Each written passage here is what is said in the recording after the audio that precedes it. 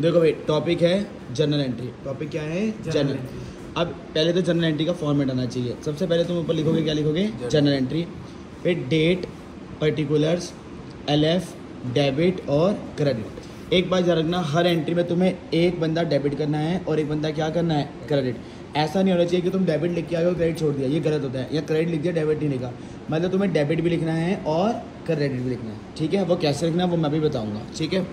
अच्छा, ऐसा कभी कंपल्सन नहीं है कि सबसे पहले तुम्हें डेबिट ही लिखना है, ऐसा कोई कंपल्सन नहीं है।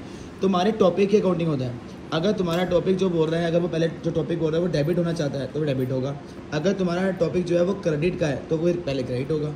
तो ऐसा कोई कंपल्सन नहीं कि पहले डेबिट ही लिखना होता है, ठीक है? अच्छा, आज का जो टॉपिक है वो 3 टॉपिक है। सबसे पहला जो टॉपिक है वो है बैड डेट्स का। किसका टॉपिक है? बैड।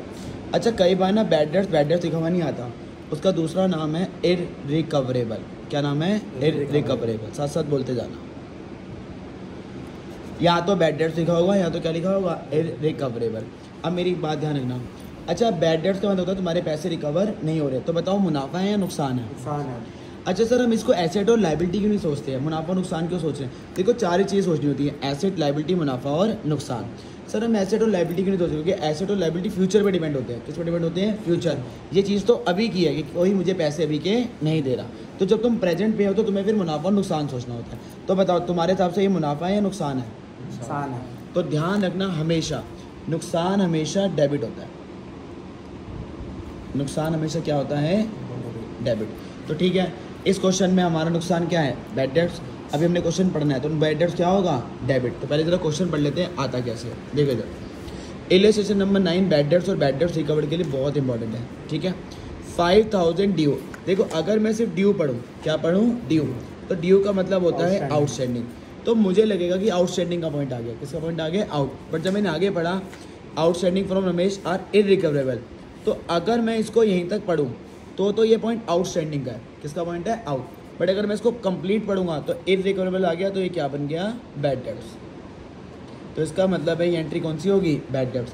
अब तुम्हें पता होना चाहिए कि बैड डेट्स क्या होते हैं? नुकसान। और नुकसान हमेशा क्या करते हैं? डेबिट। तो देखो, डेट तो क्वेश्चन ने नहीं दी हुई, तो हम भी क्या लिख देंगे? नंबर 1। अब ओए, बैड डेट्स अकाउंट डेबिट। भव्य तो देख ले कैसे लिखना होता है। बैड डेट्स साथ पे क्या लिखना है? अकाउंट। और डेबिट को क्या लिखना है? DR। अच्छा, क्या होता है कई बार डॉट लिख के डेबिट यहाँ पे लिखना होता है, अगर ऐसे भी लिख दोगे तो भी चल जाएगा, ठीक है? हाँ, अब सुनो इधर, हर बंदा अपने नाम से आता है, बस एक गुड्स अपने नाम से नहीं है, ठीक है ना? जब गुड्स आएगा तब लिखेंगे। हाँ, तो बैड डेट्स अपने नाम से आ गया। अब तुम कहोगे सर मुझे डेबिट मिल गया, मुझे क्या चाहिए? क्रेडिट। तो अभी हम रूल से नहीं जाएंगे, अभी हम जाएंगे स्मार्ट वर्क से। नुकसान डेबिट होता मैंने कर दिया। तो जो भी तुम्हें मुश्किल वर्ड लगते हैं, जो तुमने कभी वर्ड पढ़े नहीं है 10 से पहले, 10 तक, तो उनका जो लास्ट वर्ड होता है वो सामने आया था। तो यहाँ पे लास्ट वर्ड क्या है? डेब्ट। डेब्ट का मतलब होता है डेटर। क्या होता है? और डेटर कोई इंसान होगा, वो तुम्हें हमेशा नाम दिख जाएगा, तो सामने कौन आएगा? रमेश। तो ये रूल से नहीं करना, ये किससे करना है? फटाफट, क्योंकि तुम पेपर में रूल नहीं लगा सकते। तो मैंने क्या करा, सबसे पहले मैंने देखा नुकसान है, नुकसान क्या कर दिया? डेबिट। सर ने कहा था कि बैड डेट्स का जो लास्ट वर्ड होता है वो सामने आता है, तो लास्ट वर्ड क्या था? डेट। सर आपने डेटर क्यों नहीं लिखा? क्योंकि डेटर इंसान का नाम है, वो मैंने लिख दिया रमेश। अब डेबिट के आगे डेबिट का अमाउंट कितना है? 5000। और क्रेडिट का अमाउंट कितना है? 5000। पहले बताओ ये ओके? तो ये टॉपिक था बैड डेट्स का। एंट्री कैसे रिकॉल होगी फटाफट बताओ। बैड डेट्स क्या होता है? नुकसान। नुकसान हमेशा क्या करते हैं? डेबिट। अब तुमने डेबिट कर दिया तो तुम्हें सामने वाला बंदा बनाना, तो उसका लास्ट वर्ड सामने लिख देना। तो इस समय जगह कहाँ पे खाली बची है? क्रेडिट में। और ये थोड़ा सा अंदर की तरफ नाम हमेशा दिया होगा। हाँ, अब जैसे इसका क्वेश्चन है कि नाम हमेशा दिया होगा, बिल्कुल दिया होगा, बट अगर कई बार हो जाए, वैसे 1% चांस है, अगर ना दिया हो तो डेटर लिख देना। क्या लिख देना? डेटर। कि बैड डेट से सामने कौन आता है? डेटर। अच्छा, अब आओ जरा दूसरा टॉपिक। मैंने बताया था ना इस इलस्ट्रेशन में 3 टॉपिक हैं। अब यहाँ पे आएगा टॉपिक इंसॉल्वेंट। तीनों के तीनों बहुत इंपॉर्टेंट है, कुछ भी आया था। कौन सा टॉपिक है? इंसॉल्वेंट। तुम्हें जैसे ही इंसॉल्वेंट, इधर देख ले, तुम्हें जैसे ही इंसॉल्वेंट यहाँ बैंकरप्ट दिख जाता है, क्या दिख जाता है? इंसॉल्वेंट और बैंक। कंफर्म हो चुका है कि कुछ पैसे मिलेंगे और कुछ पैसे नहीं मिलेंगे। ये कब सोच रहा है? जब तुम्हें क्वेश्चन में क्या दिख जाएगा?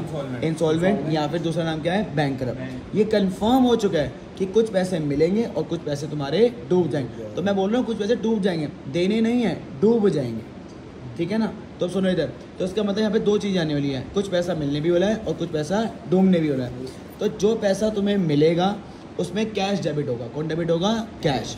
क्योंकि रूल होता है अकाउंट्स का, जब पैसा आता है तो डेबिट और जब पैसा जाएगा तो क्रेडिट। इसको डिटेल में जब टॉपिक करेंगे रिसीविंग पेमेंट, वहाँ पे ज़्यादा डिटेल है। तो अभी के लिए इतना याद रखना, पैसा आएगा तो डेबिट, जाएगा तो क्रेडिट। तो पैसा यहाँ पे आने वाला है, चाहे भले ही थोड़ा बहुत आएगा बट आएगा तो सही।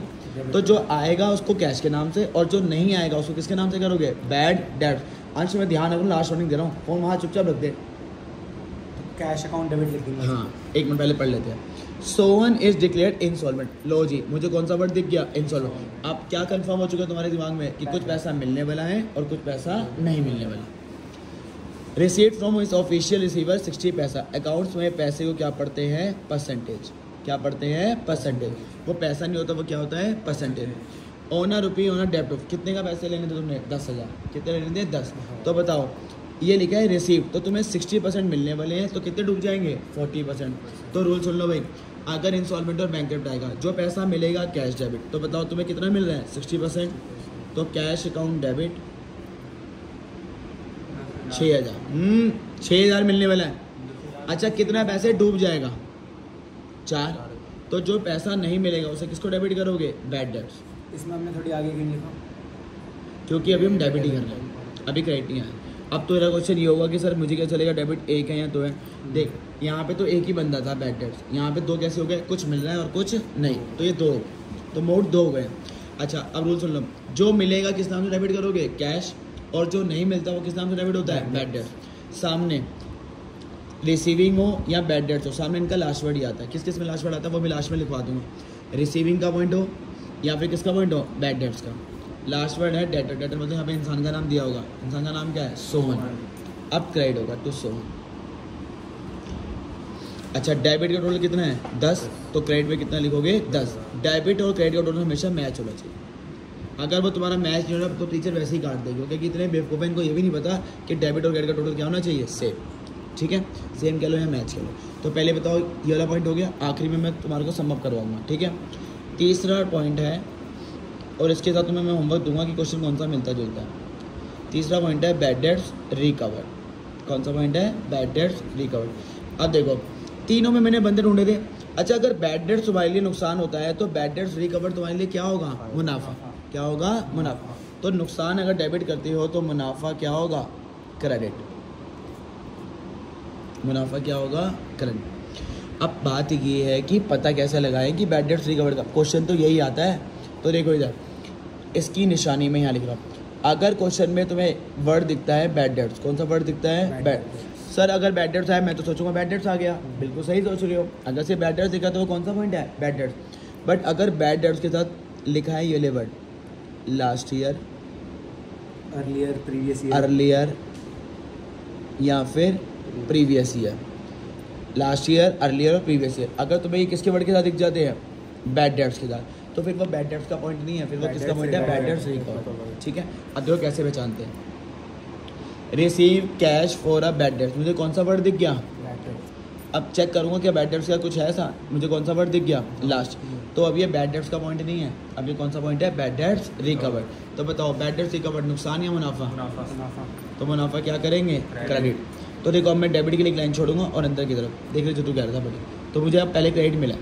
तो ऐसा कंपल्शन नहीं है कि पहले डेबिट लिखना होता है। तो जो तुम्हारा टॉपिक है उसके साथ चलते हो। तो मुनाफे का नाम क्या है? To bad debts recover. Bad debts जहाँ पे भी है तो बैड डेट्स और बैड डेट्स रिकवर को ढूंढो, उसका लास्ट वर्ड सामने आता है। अकाउंट्स लिखा आपने? हाँ, आगे अकाउंट में जगह नहीं थी।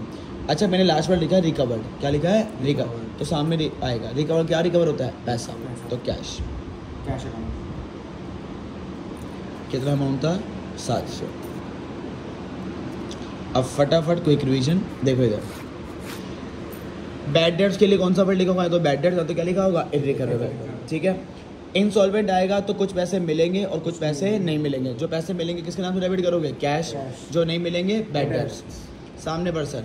और बैड डेट्स रिकवर्ड की पहचान क्या है? बैड डेट्स के साथ क्या लिखा होगा? अर्लियर, प्रीवियस ईयर और लास्ट ईयर। ठीक है ना। तो ये वो 3 है। तो इसका मतलब है इनको ढूंढो, सामने क्या है? इनके लास्ट वर्ड। ठीक है। तो ये टॉपिक यहाँ पे खत्म। और अगर इसकी प्रैक्टिस करनी हो तो पीछे मैं क्वेश्चन कर दूँगा। वैसे इसकी एक इलस्ट्रेशन बहुत होती है, इलस्ट्रेशन नंबर 9 है। ठीक है ना। बाकी मैं बता दूँगा कौन सा क्वेश्चन।